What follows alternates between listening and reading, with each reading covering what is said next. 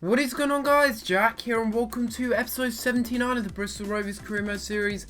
And I just want to thank you guys first of all for the support that you gave me on the last episode. We managed to hit over 40 likes, and if we can do the same again on this video, I will upload another video tomorrow. So if we can do that, smash 40 likes on this video and I will upload another one tomorrow. And hopefully you guys are enjoying this series. If there are any videos that you would like to see on this channel, preferably not Ultimate Team if we can avoid that route. Maybe just for now, because Ultimate Team is a little bit dead at the moment. There's not really that much to do and everything's really been done. But if there's anything that you want to see on Career Mode, maybe just a little mini series alongside this series, do let me know in the comments down below, as it will be interesting to see what you guys do want to see alongside this series, because I can't just upload this all the time. I know you guys enjoy it a lot, but I can't do that, you know. For the next 3 months I can't be doing that, and till FIFA 15 I can't just be uploading this series. I've got to have some variety on this channel. So if there's any videos that you do want to see, any tips and tricks videos, anything whatsoever, do let me know in the comments down below, as I will be open to suggestions, and it'll be interesting to see what you guys do want to see, as I did say earlier. But we're going into this game against Arsenal. They do have a very strong side, and they have a right back actually that I'm quite interested in, and that is Hector Bellerin. He is a really good young right back, and he's got a potential of 82, so I might think of picking him up. But we'll wait and see. And look at that double save there from Leighton. That is absolutely incredible stuff. That's just proving why he's such a class keeper on this game, and why he should be rated higher than 73. I mean, come on, a double save like that. And again, another save there. And Podolski doesn't have a weak shot. Bear in mind, he's got really good shot power on this game. And that is a very strong shot. And he really does need to have good reactions there to save that one. And he does so very well indeed. And yeah, this game was going to be very difficult for us, as Arsenal put on a lot of pressure. At the Emirates Stadium, they were unbeatable, but I didn't help myself by making mistakes like this. That could have really led to a really good chance for them to score, but luckily for me, that header just goes wide. I think that was Santi Cazorla's header. Yes, it was. And that one just goes wide of the post. That should have been 1-0. And if you could see all the shots that they were having in the top of your screen, they were having literally 15 shots. It was something ridiculous, like 15 or 10 shots within the first half. And right there, Wilshere should have tucked that one away. Don't know how he didn't. Again, it was me making a mistake, pulling the keeper. That could have cost us a goal. But right here, we do get a very good chance. There's Michael Smith gets on the ball, but he gets taken out and he gets injured. He stays on the ground, and that means that he's going to be out for a little while. And that is all thanks to Podolski sliding in there. And he does get a yellow card. Really deserved that yellow card, because he just got Michael Smith injured. Luckily, it was only a sprained knee, so he's not going to be out for too long. But he is our first choice right back. And we do need to get definitely a younger right back, I guess you could say, with a bit more potential. Because Michael Smith is getting on a little bit. He's 28 now.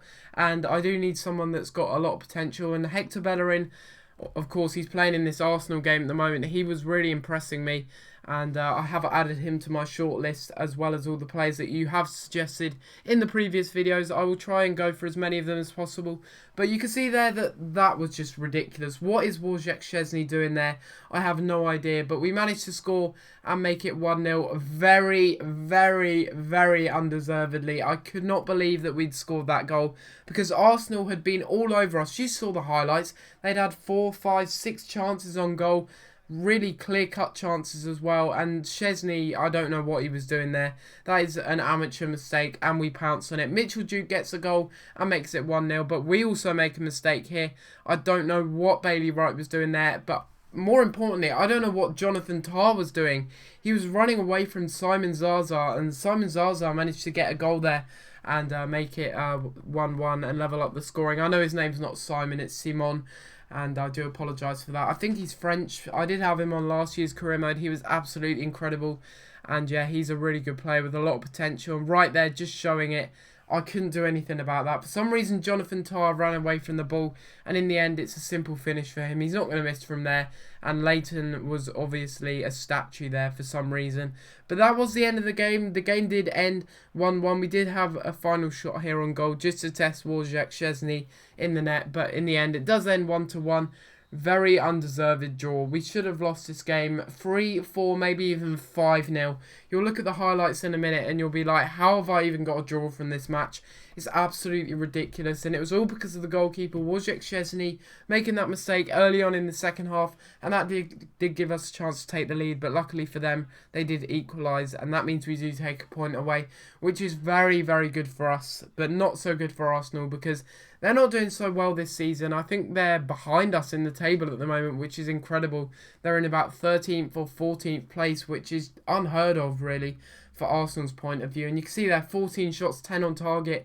Arsenal were incredible in that match. Like, they were the best side that I'd played against all season, and they only got a draw out of us. It was absolutely ridiculous. But it wasn't our fault. We took our chances, and in the end, we do actually make a draw out of this. You can see we only had 2 shots on target, and we took one of them, which was, of course, Wojciech Szczesny's misled pass, I guess you could say. But we do get a draw out of that game, and that means we are up to 8th place now, which is absolutely incredible. But we do get some bad news. Some very bad news. You can see in the player conversations, and it's Ricardo Dano. He does want to leave the club, and if you just read that there, just pause the video and read that, because that is just the most stupidest thing that I've ever seen on career mode. I don't like the grey skies because they're depressing. You know, it's just ridiculous. Players that get this kind of mentality in them in career mode, it's just so frustrating. But it does mean that we do have to sell him, unfortunately. I have put him on the loan list, but if we can't loan him out in time, he will just be automatically sold. So I've just got to hope that someone does come in for him on a loan deal, otherwise he will be gone. But I will instantly buy him back next season, I promise you guys.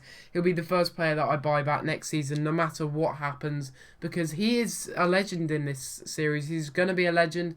He's going to be a really good player for us. He's 62 overall currently, and he's got a long way to go. He's only 18 years old.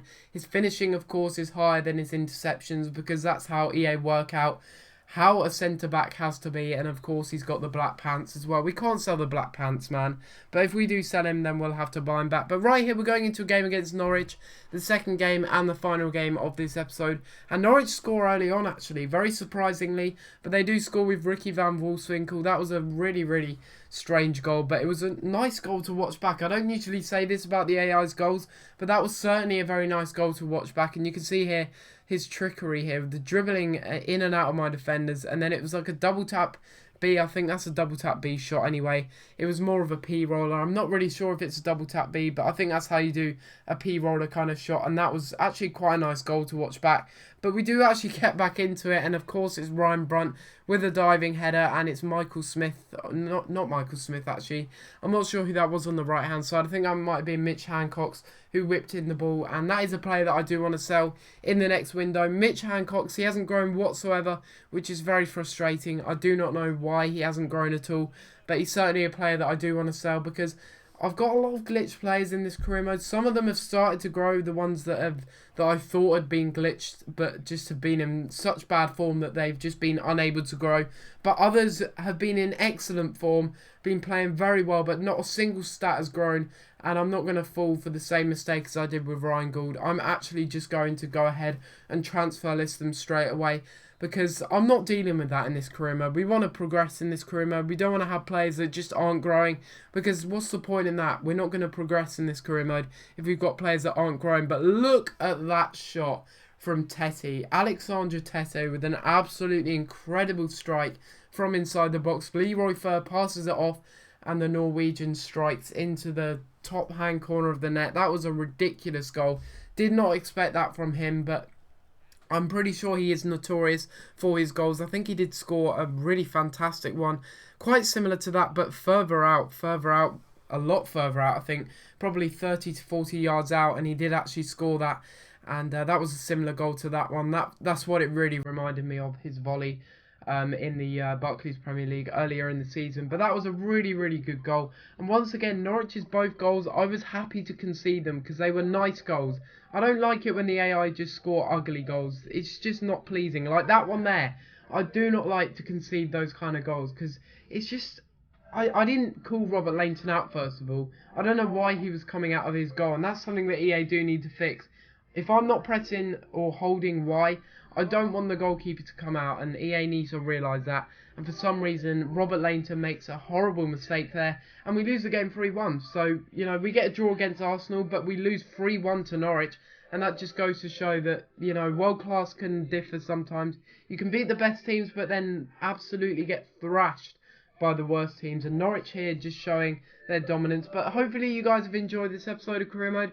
If you do want another episode of Career Mode tomorrow, be sure to smash the like button. Let's see if we can get 40 likes on this episode. But I'm going to have to leave it there. Subscribe if you're new, and I'll see you next time for another video. Thanks for watching.